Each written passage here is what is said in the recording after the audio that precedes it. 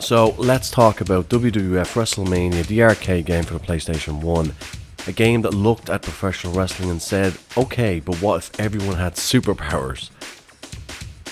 This is not a wrestling simulation, this is wrestling after spending too much time in the Mortal Kombat universe.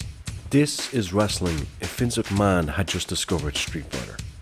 Gameplay is fast, like you've already lost half your health bar before you blink fast. You're throwing punches, kicks, launching people off the ropes, popping them into the air, and chaining combos like you're playing a traditional fighter, because honestly, that's exactly what this is. There's very little strategy, the game is about momentum and chaos. If you're good at button mashing, congratulations, you're main eventing WrestleMania, the arcade game.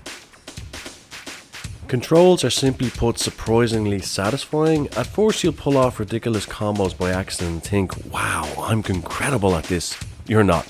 The game is just extremely forgiving. But once you actually learn a character's moves, it becomes addictive, especially when you knock someone halfway across the ring and the announcer sounds like he's just seen a crime. The wrestlers themselves are digitized sprites, similar to early Mortal Kombat games. Real wrestlers photographed and animated rather than flashy 3D models. Because of that, animations can look a little stiff, movements aren't always smooth, and the ring feels a bit static.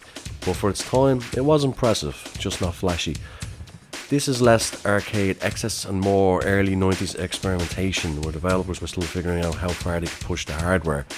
Sound design is basic but effective. Heavy hit sounds, constant crowd noise, commentary that mostly just exists to remind you something exciting is happening. When it comes to the roster, this is very mid-90s WWF lineup. We've got Bret Hart, The Undertaker, Shawn Michaels, Razor Ramon, Lex Luger, Yokozuna, Bam Bam Bigelow and Doink the Clown. It's a strange mix, but each wrestler feels distinct thanks to their special moves, even if balance was clearly not a priority. Yokozuna, for example, is basically a cheat code. Let's talk about the downsides. A single player doesn't last too long, there's no depth, no progression, and once you've seen all the specials, you've seen the game. This is a party game, not a long-term commitment game. Also, it can be quite challenging and very difficult. As for a final verdict, WWF WrestleMania, the arcade game on the PlayStation 1 is an interesting time capsule. It's not as flashy as later arcade-style WWE games, and it's not realistic enough for wrestling purists. It's basically fast, simple, and fun in short bursts.